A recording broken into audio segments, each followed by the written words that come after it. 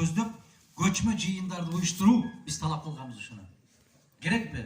25-30 кыргыз жаран иштеп аткан базарга чейин баргыла деген талапты койгонбуз, туурабы? Издегиле.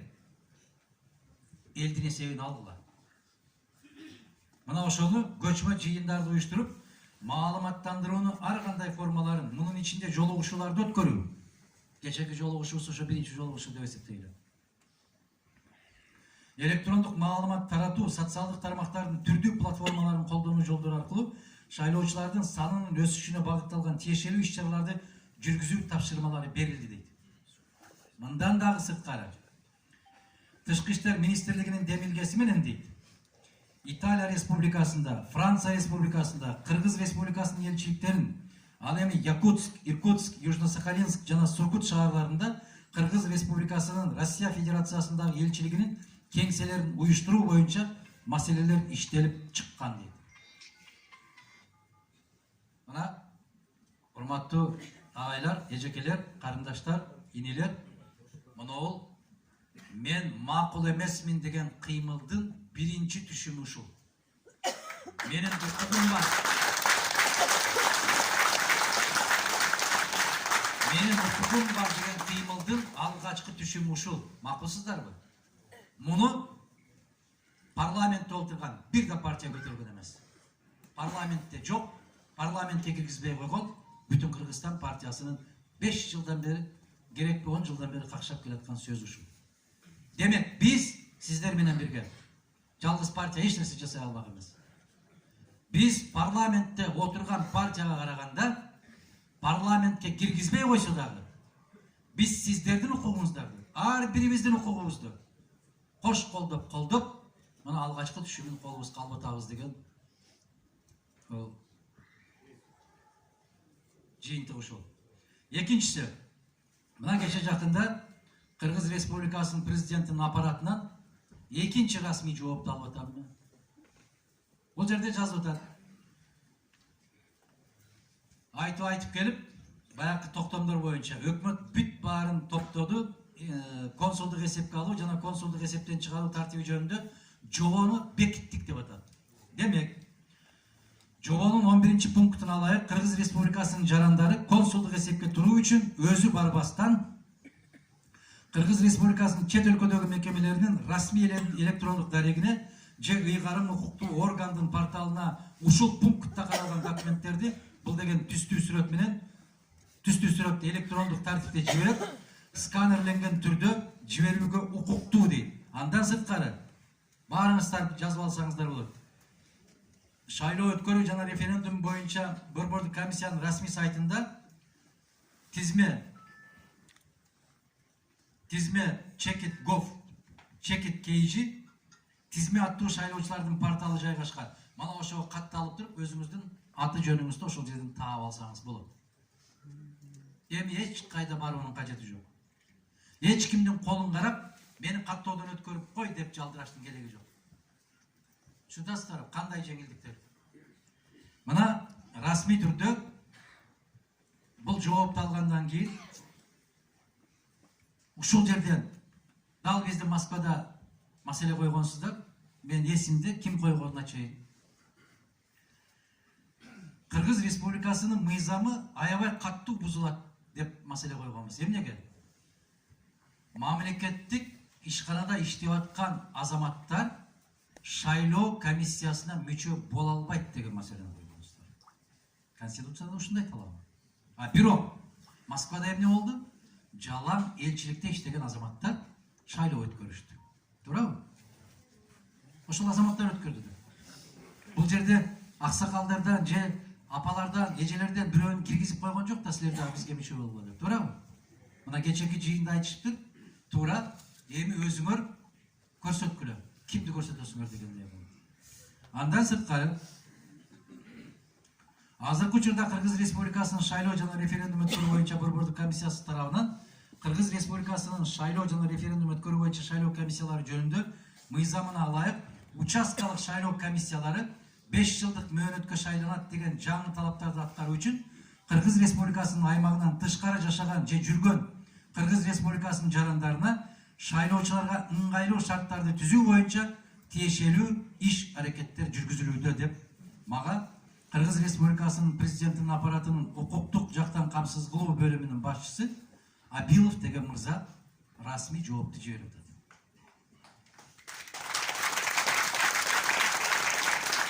Мен ушул жаңылыктарды окуу менен баштадым. Эмнеге? Себеп биздин келгенибизден, сиздер менен жолугушканыбыздан, биздин кайрылууларыбыздын натыйжасында мына Тышкы иштер министрлигинин расмий жообу, президенттин аппаратынын расмий жооптору биздин ушул мезгилге чейинки коюп келаткан талаптарыбызды аткарып баштады деген белги. Эми кеп өзүбүздө биз кантип колдонобуз эми? Урматтуу мекендештер, биздин тагдырыбыз мына кеченин атын ушундай коюпсуздар. Өлкөнүн тагдыры биздин колубузда деп. А мен тескери айтат элем. Өлкөнүн тагдыры менин колумда деп айткыла. Менин колумда. Мен мына биздин республиканын гимнин ойноп атканда, ырдап атканда айтат элем да. Муну сырттан байкап турган киши жазганда ал гимнди. Өркүндөй бер, өсө бер дейт. Өз тагдырың колуңда дейт. Билгениңди кыл деген сөздү. Үчүнчү киши айтып атат да муну. Мен ошол сөздөрдү өркүндөйлү, өсөлү, өз тагдырым колумда деген сөзгө алмаштыралы деп эчен жолу кулак кактым, бирок аны түшүнгөн киши болбой койду.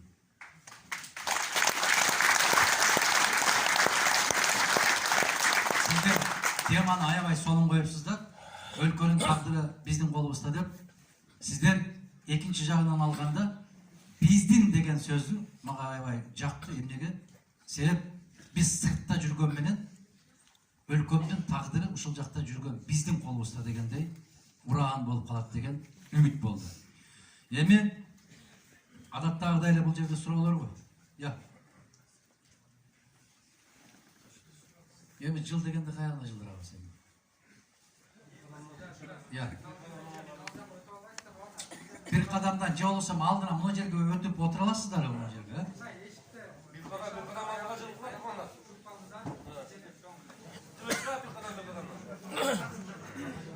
Жөнөттүңүз эле жыйынтыгы кандай болуп чечилди дейт.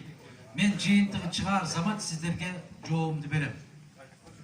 Жыйынтыгы келер замат. Биз Россиянын Тышкы иштер министрлигине эмес, эки кадам ар жагдагы турган Ак үйгө жиберсек, 1,5 айда жооп келди. Анан Россияга кече эле жибердик, күтүп туралы бир аз.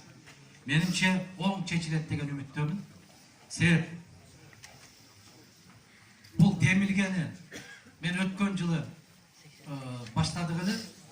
Бул демилгени айткандан кийин Россиянын Тышкы иштер министри Украинадагы шайлоо боюнча пикирин билдиргенде экөөбүздүн пикирибиз дал бир жерден чыкты.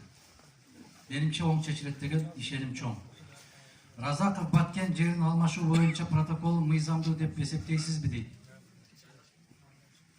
Жер боюнча алмашуу боюнча протоколду кандай мыйзамдуу экендигини эч ким чече албайт. Ошол жердеги жашаган көчөнүн эли чечиш керек. Ошол жердеги жашаган айылдын эли чечиш керек. Ошол жерде айылдык кеңештин чечими болуш керек. Себеп ошол айылдын арыгы кайсы жерден өтөт? Арыктын аркы бетиндеги терек кимдики, берки бетиндеги тыт кимдики, ээси билбесе, Разаков каяктан билет аны? Ошондуктан Баткендеги биздин жарандарыбыз эмне деген маселе коюп атат? Биздин жергиликтүү калктын эл ишенген өкүлдөрүнүн комиссиянын курамына киргизгиле деген маселе коюп атат. Эмнеге мынча коркушат ошолордон киргизгенге менин акылым жетпейт. Кудай жалгасын деп эле ошол аксакалдарды эжелерди киргизип койбойбу? Кандай дейсиңер? Айрыңар менен чечкиле, кандай чечсеңер биз колдойбуз деп. Бул жерде бир калаа бар. Канча какшап айтышып атат, биз Разаковго ишенбейбиз деп атат, Мынча калкалайт билбейм. Кече өчөшкөндөй болуп, жана Рахман аке бир жерде айткан экен. Кызматтан көтөрүлгүң келсе, Мадумаровду карала дагы, Мадумаровду шыбасаң тез көтөрүлөсүн деп кайрылыптыр да. Мен айттым, сиз жол ачып берипсиз аларга деп, расында. Каралай бер, тез көтөрүлөсүн деп чакырып таштаптыр. башкачараак ойлосо болбой ойлогам. Эми ошону кызматтан алгыла биз ишенбейбиз деди эле, кече өчөшкөндөй болуп, жаңы чечим кабыл алып, чек арага жалгыз ушул киши жооп берет деп кайрадан бекитти. Бул эмне болгон тескерилик? Бул эмне деген кабыл?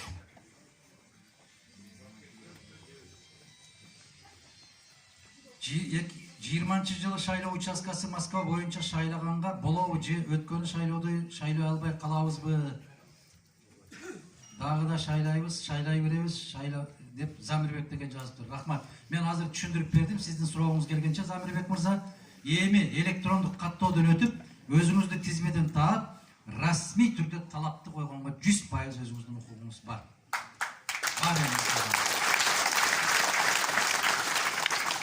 Дагы мындай бир өзгөртүү киргизилген. Башта Кыргыз Республикасынын расмий мекемелеринде гана деген болсо, азыр ошол сөз алынып, эгерде биз өткөндө сөз кылдык, мүмкүн бир базарда, бир Москванын районунда 2000ден ашык кыргыз жарандары ошол жерден каттоодон өтүп койсоңуздар, бизге шайлоо тилкесини ушул жерден ачкыла деп талап койгонго укугуңуздар бар. Караңыздарчы. Укугуңуздар бар. Мен Россия Тышкы иштер министрлигине кайрылганымдын себеби, эгерде биздин жарандар кайрылып калса, толук кандуу көмөк көрсөтүп берсеңиздер деп кайрылдым. Анан азыр айтышып атат кээ бирлер. Баягы мындайда иш маселе чечилейин деп калганда ээси көбөйө берет да. Мен ага кызганбайм. Муну айтыштын өзүнөн титиреп отурган азаматтар кече айтып атыптыр.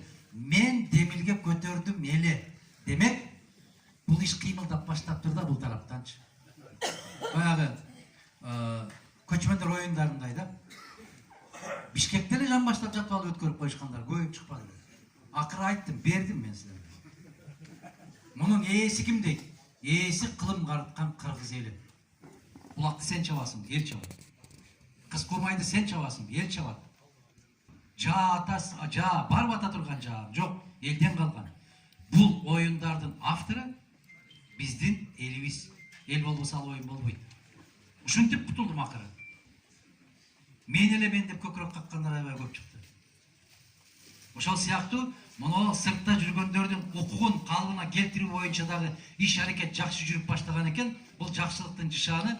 Демек, элчиликтин деңгээлинде, Тышкы иштер министрлигинин деңгээлинде биз ушу маселени көтөрүп аттык эле деген сөз чыкканы бул жакшы ишара. Ага кубанышыбыз керек. 20 жыл математика, физика мугалими болуп иштеп, диплому деп ишсиз калдым. Специм жалпы техникалык билимибиздин эмгекке үйрөтүп, мугалим стаж дипломдон жогору деп ойлойм. Сизчи дейт. Илим менен билимдин айырмасы чоң. Бул жердеги сурооңузду мындай деп жооп, агай болуп иштеген болсоңуз, ушундай суроо беришиңиз керек да. Сиз илимдүү кишиге ишенесизби, же билимдүү кишиге ишенесизби деп сурасаңыз болмок да. А менин жообум бирөө. Мен билимдүү кишиге көбүрөөк ишенем. Илимдүү келесолорду көп көрдүк биз. Академиктерди көрдүк. Докторлорду көрүп атабыз. Билим жок. Тескерисинче 80-деги тоонун башында жашаган абышканы, 80-деги кетмен чапкан дыйканды көрүп атабыз. Алар билет. Арпаны качан сугарыш керек? Буудайды качан себиш керек? Академиктерин билбейт. Алар илимдүү, бирок билимсиз. Мусулманчылыкта да ушундай деп айтат. Билесизби? Амал кылган башка, а ошону билген башка. 5 убакыт намаз окуш керекпи десе керек дейт, бирок окубайт. Ошон үчүн билимдүүлөр булар амал кылгандар. А илимдүүлөр алар теорияны өздөштүрүп алгандар. Кандай дейсиздер? Рахман Разыков бул практик. Эмнеге? Бул өзү жазат, өзү окуйт, өзү аткарат, өзү элге жеткирет. А кээ бир азаматтар бар. Баягы жашыруун аттары менен жазып коюп, бирөөлөрдүн колуна берип коет. Сен окуп кой деп. Башарт бир нерсе болуп кетпесин дегендей да. Ошол сыяктуу илимдүү кишилер өтө чатак болот. Аксакал, мен сиздин сурооңузга жооп бердим го деп ойлойм. Ошондуктан баягы Билим деген бұл дипломсыз билим. Дипломнан биік тұрады. Кантип силер елестеткилер. Искусство доктору, консерваториянын ректору, же кафедранын жетекчиси колуна теше берип, 1 метр өрүк берип койсоң, комуз чаба албайт. Комузду айылдап отурган абышка чабат. Анын билими жок. Диплому жок, анын билими бар. Району Баткен району өзү директор, завуч, тарбия завучту шайлап койду. Платформасын жаздырып, жарыштырыш керек, шайлоо өткөрсө десе. Эми депутаттарды жарыштыра албаган ошо мектептин директорун жарыштыра албаган. Биз биринчи ошо депутаттарды жарыштырып алалы. Кечээ бир азамат айтты го, сатканда мындай дадилирээк саткыла деп. Дагы бир азаматыбыз айтты, булар 12 миң кылса мен 13 миң кылып берем деп. Баягы базардагы дал-далчы да. Мен ошолорду ошондой эле деп эсептейм. Аны дагы Рахман аке жөн койбой, анда сахнага алып чыкты. Адам бул киши жаман көрүнөт. Бул жөн ошонун сөзүн кайталап коюп атат. Адахан Кимсанбаев дейт, сиз өз каалооңуз менен жумуштан кеткенде эмне себеп болгон? Мен бул көп айтып бердим. Эмне себеп болгон? Ошол себептерден сиз өз учурунда эл менен жолугуп айткан эмессиз дейт. Сиздин үйүңүзгө кирип айтпасам, мен маалымат жыйынын өткөрүп айтып кеткенмин. Мен эмне үчүн кызматтан кетип бартам дегенде маалымат жыйынын өткөрүп, жакшынакай кылып түшүндүрүп айтып кеткенбиз. Атамбаев учурунда ушундай жолугушуулар болгон эмес дейт. Менден ашык жолугуштум деген киши болсо турсун ордуна. Менден көп районду кыдырдым, менден көп Кыргызстанды кыдырдым, менден көп Россиядагы эл менен жолугуштум десе, бирөө болсо турсун. Жок да. Анан өзүңүз келбей калсаңыз эле, өткөндө бирөө айтат да, бир жазуучу жөнүндө сүйлөп атсам, ошондой жазуучу барбы дейт. Дүйнөлүк классикадан. Бар ошондой жазуучу десе, мен окуп атырмын, андай жок болсо керек дейт. Ошондой да. Азыркы бийликке эмнеге каршы чыгуудасыз? Билген кишиге алда сиз да Ош областынын лидерисиңер дейт. Мен Ош областынын лидери эмесмин. Мен бир айылдын кулуну эмесмин. Мына президенттик шайлоо болуп атканда дал ушундай суроону берди. Биздин айылдын кулуну да дейт. Айылыңдын кулуну болсо айылың алып барып байлап ал деди. Чыгарба. Мен эл аралык деңгээлге кеткендеги кыргыздын жоргосун издеп атам дедим. Айылдын кулунун издеген жокмун мен. Улуттун жоргосун издеп атам. Мен областтык эмесмин, райондук эмесмин. Ошон үчүн биздин партия бүтүн Кыргызстан.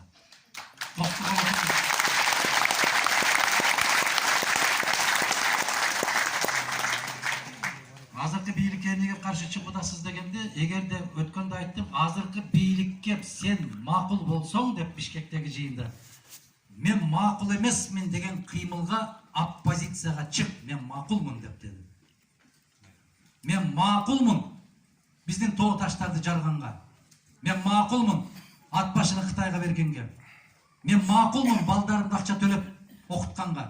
Мен макулмун бирөө өлтүрүп кетсе кунун төлөп берсе соттолбогонго. Мен макулмун келиним төрөт үйүнө барып калса акча берип төрөткөнгө. Мен макулмун дарыгерге акча бермейинче дарылабай эле койсун десеңер, мен макулмун деген кыймылды түзгүлө дагы Мадумаровго оппозицияга чыккыла. Кандай дейсиңер? Мына эки сөздүн башын бириктире албаган депутаттар, эки сөздүн башын бириктире албаган өлкө башчы, эки сөздүн башын бириктире албаган өкмөтүң бизди сизди канааттандырып атса, колдоп чыккыла, эч ким кой дебейт. Ушулар туура кылып атат дегилер. Мен макулмун сабатсыз болгонго дегилер. 300 миң кол топтолсо конституциянын негизинде мыйзам өзгөрөт дегенсиз. Тилекке каршы топтолбой калды. 6 миллион калктын ошончо кол топтолгон жок. Кантип кайсыл ишенич менен шайлоого барасыз дейт. Мына жердегі олтурган сиздин ак көз, кара көз, ак сакал, көк сакал, кырмыры жигиттердин, ак элечек апалардын, балдардын, ымыркайлардын ишеничи менен иншалла барабыз барыбыз. Кудайга алат. Менин 300 000 кол топтой албай калсак деп айтып аткандай, ошол 300 000 колдун ичинде сиздин да колуңуз болушу керек. Себеп бул мамлекет сиздин да мамлекетиңиз. Мына караңыздар. 200дөн ашык саясий партиялардын бардыгы бир тарапка кетти. Бизге парламенттик шайлоо керек, парламенттик башкаруу керек деп жападан жалгыз бүтүн Кыргызстан Текебаев айткандай көгөрүп жалгыз калдык. 10 жыл өттү. Бүт баары түшүндү. Эли президенттикке барбасак болбойт экен деген сөздөр чыгып атат. Кече теле таймаш болуп калды. Академиянын президенттик башкаруу академиясынын ректору Алмаз Акматалиев деген киши айтпадыбы? Адахан Кимсанбаев элдин баары сиз сыяктуу акылдуу эмес, 10 жылдан кийин түшүнүп атабыз депчи. Көрдүңүздөрбү ошону? Эмне үчүн Мадумаров алдын ала айтып койгондугу үчүн жапа чегиш керек, айткыла. Ошону айткандагы 45 жаштагы Мадумаров бүгүн 55ке келди. Эми бүгүнкү сөзүмдү түшүндүрүш үчүн 65ке келишим керекпи? Не кылышым керек, айткыла.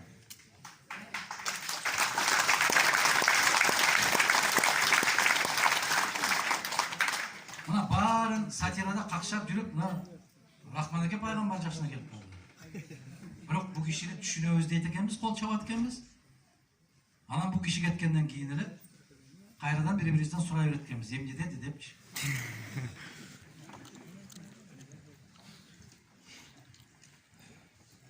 Сизди мигранттар эле колдойбу? Топтолгон кол 220 000дей калктын канча пайызын түзөт дейт. Эми инимсизби, агамсызбы? 6 миллион калкты 220 000ге бөлүң дагы канча пайыз экенин айтыңчы мага. Менден сурабай, 4 жерде 5 канча болот деп дагы сурай беребиз. Сиздин жебей ичпей иштегениңизге ишенебиз. Бирок кемедегинин жаны бирге болот учурунда жегендер менен чогуу суу ичип, ошол жерден аба менен дем алгансыз, чогуу отургансыз, кандай жооп берет элеңиз дейт. Мына бүгүн сиз менен чогуу отурам, сиз менен чогуу дем алып атам. Сиз менен чогуу тер деп атам. Эртең катты жооп берет. Ошол сыяктуу айттым го, Кыргызстандагы бүгүнкү болуп аткан башаламандыкка бардыгыбыз жооптубуз, ушул жерде отурган. Бүтүндөй бардыгыбыз жооптубуз. Мен жана академияга барганда академиктерге айттым эле. Эми Акаевка тийбегиле дегенмин. Себеп ошонун Акаев эмне десе кол чаап, колдоп жүрүп силер бузгансыңар. Бирөөңөрдүн үнүңөрдү уккан жокмун. Жок, биз туура эмес жасап атасың деп айтканыңарды уккан жокмун дегенмин. Кече Абыт Ибраимовду билесиздерби? Биз менен депутат болгон биринчи чакырылышта, легендарлуу парламентте депутат болгон. Ошо киши айтты да, бир чоң жыйында айтты. Кыргызстанда баатыр болуш үчүн 80ден жаш ашыш керек, бул бир деди. Баатырдык үчүн албайт дейт. Жазуучулар, акындар да айтып атат. Өмүр бою ошон үчүн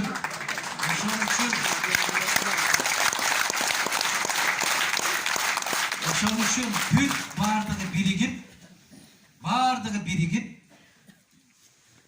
эмне иштерди жасап атканын көрүп атасыздар. Мына азыр жанакы журналисттерди жыйнап алып, ай сайын ушунча төлөп беребиз, ушу кишини ушундай кылып жазып берип тургула 6 ай деп штаб ачышты. Ошону окуп алат экенсиздер да, мен келгенден ошону сурайсыздар, ушундай деп жазып атат, кандай дейсиздер? Карабай коюп. Разаковду эмнелер деп келген? Эмнелер деп келди?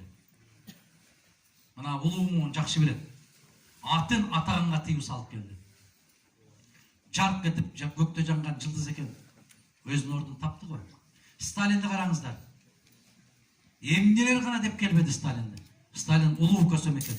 Мындай деп жазганда, мен бул дүйнөдөн өткөндөн кийин менин мүрзөмө аргандай шыпырынды жуугундуларды ташып келип төгөт. Бирок улуу тарыхтын шамалы учуруп баарын ордуна коет деген. Мына ушул улуу тарыхтын шамалы келип, азыр кече Сталинди эң жаман деп жүргөн кишилер великий гений деп жазышып отыр. Бардык өзүнүн ордуна келет. 90-жылдагы тополоңду чатактын баарын Масалиев жасады деп нелерди гана айтпай келди. Мына чындык башка жактан чыкты го. Демек, мамлекетти алсыздандыруу боюнча чыгып атат. Мадумаровка ар кандай нерселерди жабыштырып көрүшүп атат. Мен айтам. Нелерди айтса ошону айтсын. Жукпайт. Жукпайт баары, иншалла жукпайт. Себеп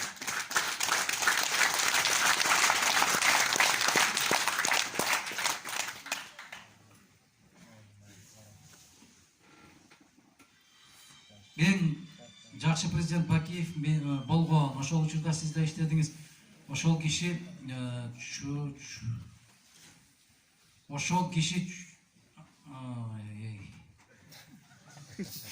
мамлекет казагына бюджетти көтөргөн, YouTube'дан Кыргыз Республикасынын дүйнөгө маскара болгон эмес дейт. Ошону билген болсоңуз, сиз дагы пикириңизди жазың. Ушундай кылып жазың сиз дагы. Туура айтасыз. Бюджет 3 эсе көтөрүлгөн. Сырткы карыз кыскарган. Мына биз ошол мезгилде кече Владимир Владимирович Путин Россия Госдумасына кайрылуу жасаганда айтты элине. Биз 2020-жылдан 1-сентябрдан баштап 1-4 класска чейин ысык тамак беребиз деди. Бул сайыздыруу учурунда да болгон эмес деди. Туурабы? А биз аны 2005-жылы жасап койбодук Кыргызстанда.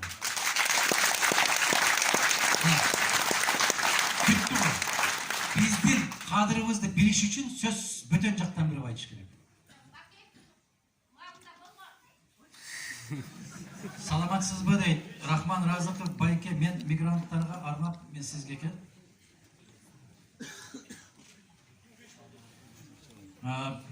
Мен кыска жооп берем азыр. Анан көбүрөөк Рахман акеге беребиз, сөздү. Кытайдын логистикасынын центри ал нерсенин Кыргызстанга кереги жок дейт. Мен позициямды айттым. Негизи канча жылдан бери какшап келатам. Айланайын. Бүгүн тойбогон курсагың эртең тоет. Бүгүн бүтүлбөгөн кийимиң эртең бүтүлөт. Мына ушулардан алыс жүр деп менин чоң атам айтчу эле. Мага айтчу эмес, сүйлөшүп отурганда айтышчу. Алар менен бирге болсоң, колуңда айбалтаң болсун дейт эле. Ким менен олтуруп тамак ичсең болот, бирок алар менен олтуруп ичкен тамагың харам деп айтат. Эми биз ошол логистикалык центрсиз жашап келген, ошолорго берип, силер Америкага барган кишилер барбы? Америка 400 миллионго жакын эли бар Америка. Чайна тааундарды жогото албай атат. Биз айланайын кыргыз Бишкектеги түрк кафесине кирип калсаң, экмек жейсиңби деп баштадык го садаган кетейинге. Биз оомабыз го. Биз жетелемебиз го. Биз куюлуп кирип кетебиз го ичине. Не болобуз биз? Ойлонолучу кичине. Мен акыркы демим чыкканча логистикалык центрине дагы, Кыргызстанда алтындарды ошолорго каздырууга дагы, Кыргызстанда курулуштарды ошолорго жүргүзүүгө дагы акыркы демим чыкканча каршы болом мен.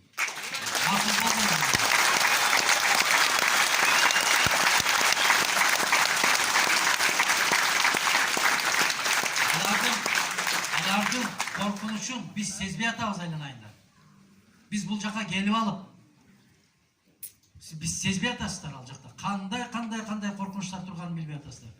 Канчасы кыргыз жаранын паспортун алып алгандыгын билбейсиздер. Канчасы үйлөнүп алганын билбейсиздер. Мен өткөн жылы кайра айттым эле. Күйөө балдар 60 миң болуп кеттир десем, тиги киши чыгып алып биз санадык 6 болот экен дейт. Муну мен айткан жокмун, өлкө башчысымын деген киши айтты. Силер ишенесиңер 6 экенине? Кара суу базарына барып көрбөйсүздөрбү канча жүрөт? Дордойго барып көрбөйсүздөрбү? Мадинага барып көрбөйсүздөрбү канчасы жүрөт? Нарындын ар бир кокту колотуна алтын чыгат деген жерине баргыла. Чатыр тигип алып ушул жакта жатышат.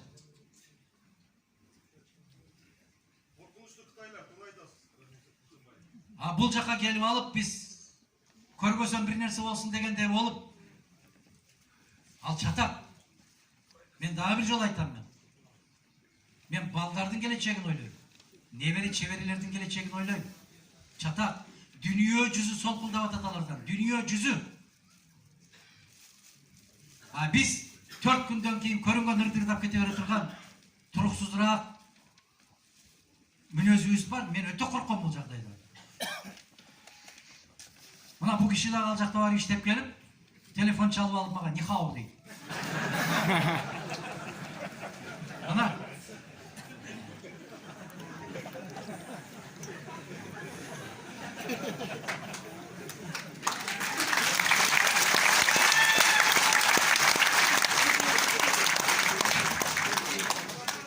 Анахан Кимсанбаев сизди билебиз дейт. Жапаров жөнүндө оюңуз жакшы. Атамбаев бийлик камаганда биринчилерден болуп пресс-конференция бергенсиз. Азыркы кырдаалга оюңуз кандай? Экинчи мартта элдик кыймылга келесизби? Элдик жыйынга келесизби? Жапаров менен биригүүгө эмне тоскоол болуп жатат дейт. Мурат, Байаман, Чолпонай дегендер жазыптыр. Биригүүгө эч нерсе тоскоол болуп аткан жок. Мен дайым айтам, кучагым ачык. Эч кандай маселе жок. Эч маселе жок. Бирок элдик жыйын дегенди мен азыр угуп атам сиздерден. Экисинде кайерде болот экен? Өзүңөрбү мына? Азыр эле Муравьеванын юбилейине карата бир фильм болуп атат да. Анан Куравлев ойноп атат, бир ролду ойноп атат. Бир тууган каза болуп калды деп канча жерден ушу Москвадан барат дагы.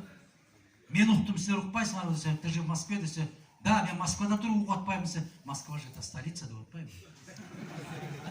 Силер билесиңер, мен уга элекмин. Вы же столичные москвичи.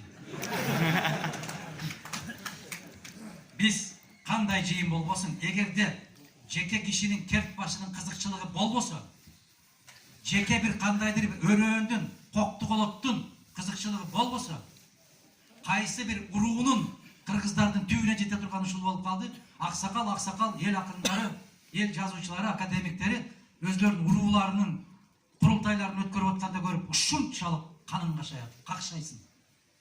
Кантип кайсы мээси менен мен ушул уруунун өкүлүмүн деп курултай өткөрүп атты экен ошол академия. Бул не деген жакшылык айтпачы. Биз бүтүн болмоюнча эч кандай жеңишке жете албайбыз. Биз бир билек, бир тилек болмоюнча жеңишке жете албайбыз. Ошон үчүн биз коюшубуз керек. Область деген, район деген, башка деген. Ошондуктан элдик жыйын болуп аткан болсо, биз карап көрөлү. Күн тартиби эмне? Маселеси кайсы? Бирөөнү түрмөдөн чыгаруу жөнүндө ураан чакырып болгон болсо, биз аларды какшап жүрүп картайып атабыз. Эгерде өлкөнүн келечеги жөнүндө маселе коюлса, бүтүн Кыргызстан биринчи болуп көкүрөгүн тосот. Мындан күмөн санабаңыздар. Адахан Кемсанбаев, мен жоом Кытайдын логистикалык центринде жооп бердим. Буга да жооп бердим. Кыргызгаз, Кыргыз эли жалкоо калк дейт экенин, оома калк экенин билип туруп, эмнеге билим алгыла, окугула деп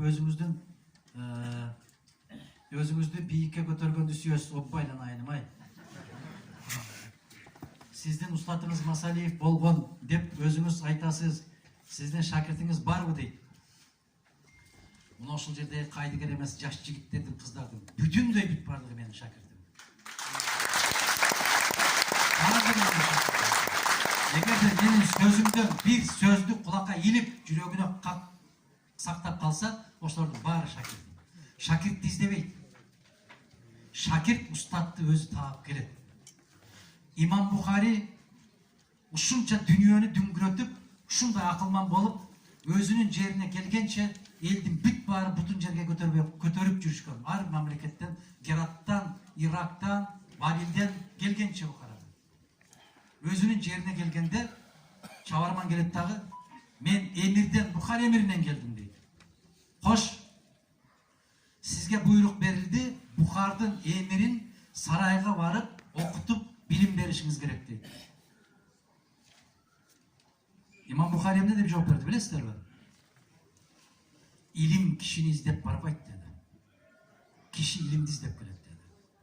Ошондуктан Бишкектеги биздин кеңсебизде Кудайга чексиз шүгүрчүлүк келтирем, мен бир тыйын албай, тескерисинче ушул тапкандарын өздөрү ушул партияга деп, кыймылга деп чаптап, 10 жылдан ашык студент кезинде келген жигиттер менен кыздар биздин бүтүндөй 80% биздин күчүбүздүн бардыгын ошол жигиттер кыздар түзөт.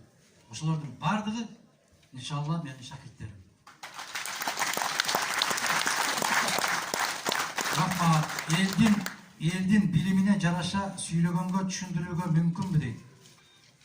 Жок. Бул өтө кыйын маселе. Элдин билимине жараша сүйлөсөңүз дейт да, мен элимди төмөн деп башкача деп түшүндүрө албайм. Кыргыздын тили бирөө эле. Бир эле сөз менен түшүндүрүлөт. Элге окшоп акча бербейм, концерт койбойм дейт элеңиз. Элмирбек Иманалиев менен Рахман Разыковтар кошо келгенин кандай түшүнсө, муну жигитпи, кызбы, кызыл эмне менен жазган. Айналайын, мындай деп айтайын да. Рахман Разыковду мен билбейм. Президенттик шайлоодо өзү демилге көтөрүп, чыгармачыл инсандарды топтоп, өзү менен өзү жыйын өткөрүп жүрүптүр. Мен укпайм, мен билбейм аны. Мени менен акылдашкан да жок, кеңешкен да жок. Эмне үчүн? Себеп бул кишинин көз карашы экен. Бул кишинин эрки экен. Ар бир жерде бир иш болуп атса, сыртта турбай, ошол жерге барып катышалы. Биз өзүбүздүн жоопкерчилигибизди сезели деген иш экен. Бул кишинин эгер сүйлөгөнүн концерт катарында кабыл алсаңыз, терең жаңылышасыз. Бул кишинин ырлары окуп аткан, сиздерге айтып аткан сатирасы тилекке каршы жогорку кеңеште айтылышы керек эле. Тилекке каршы ошол жердеги баягы чала сабаттардын кулагына илиниш керек эле.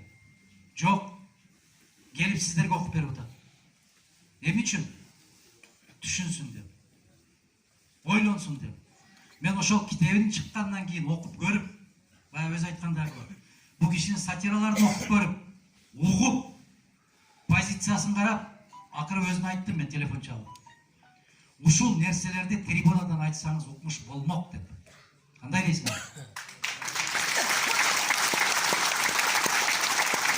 Элмирбек Иманалиевди мен концерт коюп бер деп алып келген жокмун бул жерге мен. Элмирбек Иманалиевди жана кеткениң да бир дейсиң, келгениңден да пайда жок, кеткениңден да пайда жок деген ырыны угуп, ушул жакта жүргөн биздин кыргыз жарандар ошол кишини ала келсеңиз деген сураныч менен алып келдим мен.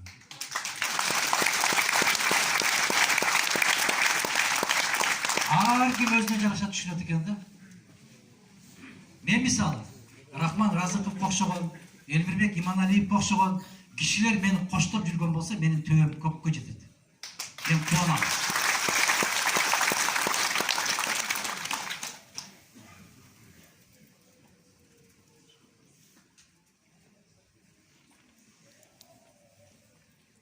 Мен депутат болуш үчүн гражданин Россиянын тапшырышым керекпи дейт. Депутат болушуңуз үчүн керек. Бүтүн мамлекеттин жараны Кыргыз Республикасынын жогорку кеңешине депутат болуп шайлана албайт. Министр болуп да шайлана албайт. Айылдык кеңештин депутаты болуп да шайлана албайт. Тапшырсам акча төлөшүм керекпи РФга дейт. Жок. Баарын акча менен чечтиңиздер. Тапшырсаңыз жөн эле чыгып кетесиз. Мен атуулдугумду тапшырдым, кайра өз мамлекетиме кайттым деп жазып коесуз, бүттү. Сизден акча сурабайт, тескерисинче айналайын аман бар дейт. Анан ЖКга баргандан кийин чукулбайбы дейт Россия граждандыгы. Россия граждандары чыгып көп эле чукулуп атат. Сиз менен жолугушканыңызга абдан кубанычтамын. Сиз президент болсоңуз, буюрса сизди Кудай колдосун, сиз департаментке, парламентке барыш үчүн Акаев окшогон күчтүү партиялар менен биргесизби дейт. Жок. Биз либерал боло албайбыз. Либерал деген сөзді білесіздер ме, эмне деген сөз? Я. Бұлар, барекелді, ең баштық деп айтты. Либерал деген сеники да тура, сеники да тура, сеники да тура деген позиция. Либеральный дейді. Анан радикальный деп бөлінеді. Радикальный деген бір мақсатты қойса, ошоға қандай күчтөрдү сарптабасына карабастан чечкиндүү аракет жасаса, бул радикальный деп коет. Сен дагы жашай бер, сен дагы жашай бер, сен дагы жашай бер деп, сенин көз карашыңда туура деп, көрүнгөндө туура дей берсе, муну либерал деп коет. Мен андай либералдык көз карашта боло албайм. Мен консерватормун. Консерватор деген түшүнөсүздөр? Эски кылымга арткан кыргыз каада салтынын тарапкеримин. Күчтүү борборлук бийликтин тарапкеримин. Либерал боло албайм.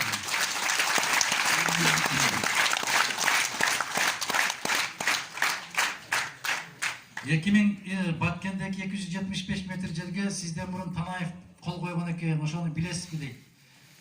Ким кол койгон болсо дагы, ал жердеги эч мындай жаман жазыпсыңар, мен ушуну окуп коем дагы, ютубка мени чыгарасыңар, суроо берген киши момоюп отура берет да, туурабы? Мен мындайраак окуйунчу, жумшак деп. Бир киши досун сатты дейт. Эми өлкөнү сатат дегенге кандай карайсыз дейт. Сиз 2 жылдан кийин бул суроону берип атсаңыз, мен 2 жыл башта буга жооп бергенмин. Ал киши жарабайт деп.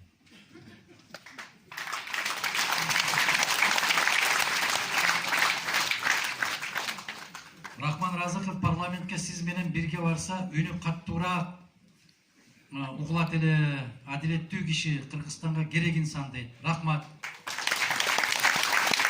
Ошон үчүн айтам, Рахман Разыков менен парламентке бар деп, Рахман Разыковтан мен $1,5 миллион сураган жокмун. Башка партиялардай болот. Бирөө $1,5 миллион деди, өзүңүздөр уктуңуздар, расмий. Экинчи партия түзүлдү, ал дагы кол бала да, жана балашка деп койбойду эле, ошол сыяктуу кол бала болгон партия, алардыкы 800 000 экен. Мен Рахман Разыковтан 8 тыйында сураган жокмун. И сурабайм дагы. Мага бул кишинин тыйыны керек эмес, бул кишинин акылы керек. Бул кишинин жүрөгү керек.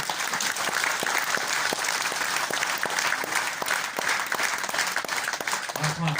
Негизги ой дейт, IT технологиялары, интернет мүмкүнчүлүктөрүн колдонуу, бир онлайн сайт жасабайсызбы? Ошол жерде добуш берүү үчүн бийликтин көз каранды болбой дейт.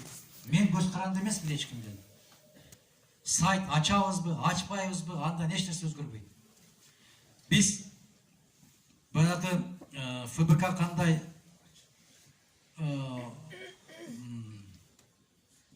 биз материально колдойбуз дейт. Эгер фонд ачса дегенсиздер го, фонд бүтүн Кыргызстан деген финансы бүтүн Кыргызстан тарабынан колдойбуз дейт.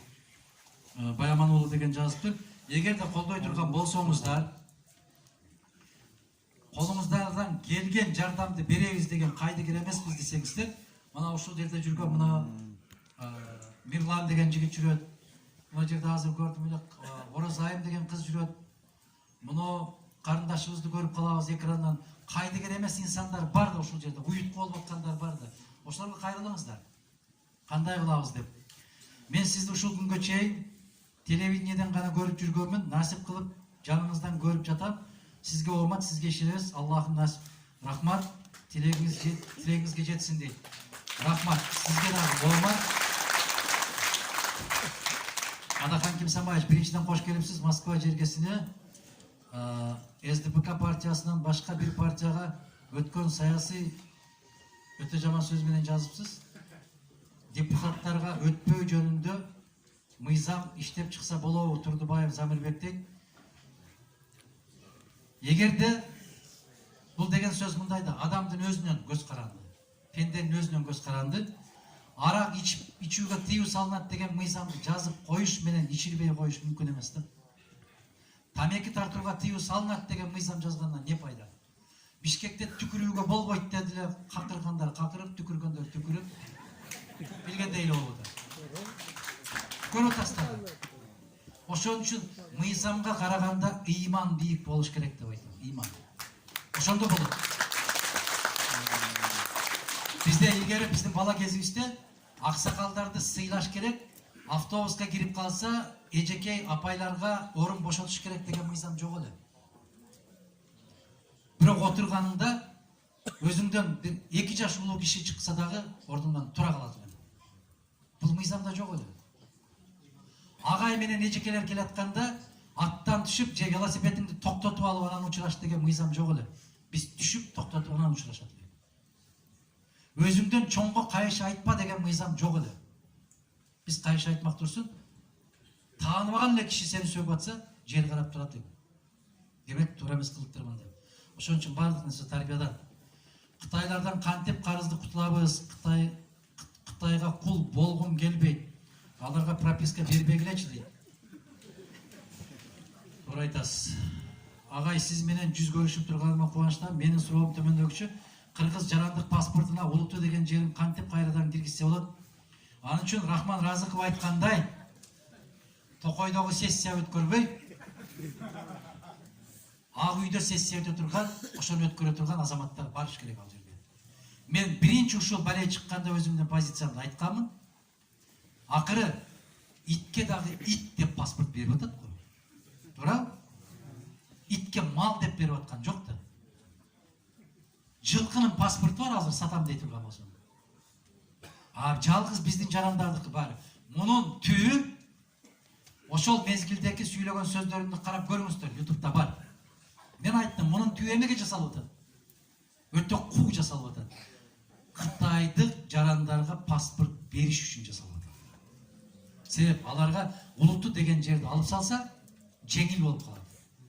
Анан Улуттуу деген жерге Кытай деп жаза берген болсо, чатак чыгып кетпесин деген өтө арканды алыс таштаган арамза ой менен жасалган иш бул.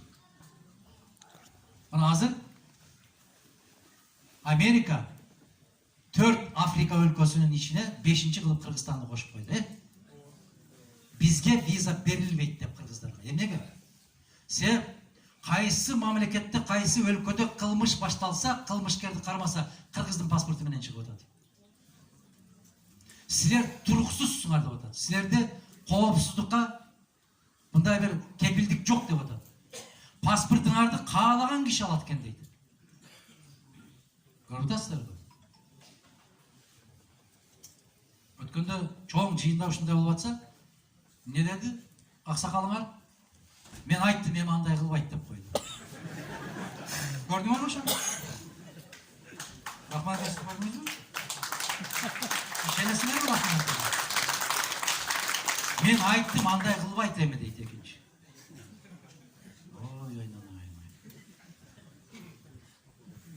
Ассаламу алейкум, алейкум ассалам. Партияңыз менен мигранттар арасын шайлоого катыша тургандар барбы дейт. Мигранттардын арасынан деп айтпаңыздар деп айтам. Убактылуу сыртта жүргөн жарандар деп айтыңыздар. Мен жаман көрөм ушул сөздү. Бар, жок эмес. Болгондо дагы мен тандаган жокмун, сиздерге кайрылганмын. Ким биздин маселени көтөрөт деп ишенсеңиздер, көтөрүңүздөр деп айттым. Мен талапкерди тандабайм, талапкерди сиздер чыгарасыздар. Рахман акени дагы мени тандап алды деп атасыздар. Эгерде элдин арасындагы көйгөйлүү маселелерди ушул киши көтөрбөсө, эл сиздердей болуп дүркүрөтүп кол чаппаса, эл сиздердей болуп колдобосо, мен бул кишиге сунуш кылбайт элем да, туурабы? Эл колдоп аткандыгы үчүн сунуш кылып атам да. Сулуу десең сулуулук жагы деле жок. Жаш десең жаштык жагы деле жок. Бай десең байлыгы деле жок. Эмнесине сунуштайм? Элдин ишенимине ээ болгондугу үчүн, элдин колдоосуна ээ болуп аткандыгы үчүн чыркыраган чындыкты сиздер билбей атасыздар. Бул киши жума сайын 200дөн 300дөн канча киши жыйналган болсо, ошол жерлерге барып ушул сөздөрдү жеткирип келет. Билим берүү министрлиги жасабай аткан иштерди ушул киши жасап атат. Маалымат министрлиги жасабай аткан ишти ушул киши жасап атат. Маданият министрлиги жасай турган ишти ушул киши жасап атат.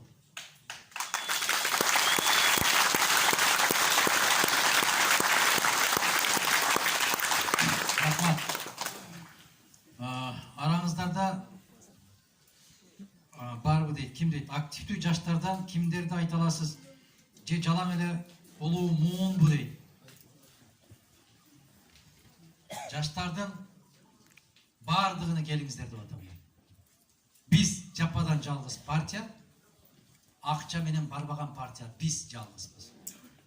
Демек жаштарга 100% мүмкүнчүлүк тек гана бүтүн Кыргызстанда. Калгандардын баарында взнос төгүп келесиңер. Мен спикер болуп тургандагы сөзүм эсиңердеби? Ак жол мени жаппай жаздаганда айттым эле. Мен силерден айырмаланып взнос төгүп келген эмесмин деп. Мына взнос төгүп баргандар керек болсо президентти дагы бууп коет экен. Жемейдин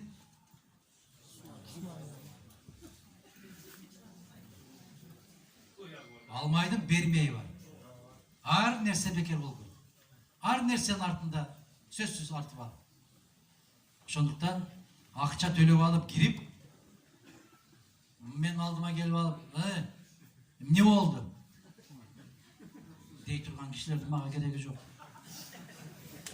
Бизде бир киши болот. Бир жетекчи болот. Бардыгыбыз кеңешип чечебиз. Чечимдин аткарылышын бир киши көзөмөлгө алат. Айтып койдум, андай болбойт, андай кылбайт деген болбойт.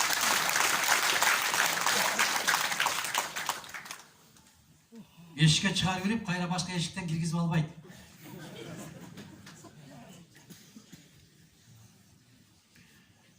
Ишиңизге ийгилик, башка партиялар менен же Ата журт партиясы менен биригүү болушу мүмкүнбү? Жок.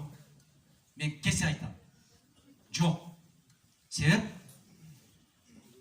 Мен кээ бир азаматтар менен биригип, чалгынга барып алып, башымды көтөрүп карасам, жалгыз эле экенмин. Күн батканда эле кетип келген экен алар. Ошон үчүн Амар Хаямдын керемет сөзү бар. Көрүнгөндү жегенче ачка калган жакшы, көрүнгөн менен болгончо жалгыз болгон жакшы. Мындайча айтканда, биздин керемет акындарыбыз айтат го. Жамандын өпкөнүнөн сөккөнү артык дейт, Браво. Кээ бир кишилер менен өбүшкөнгө караганда сөгүшүп эле жүргөн жакшыраак. Аны достор да билдирди.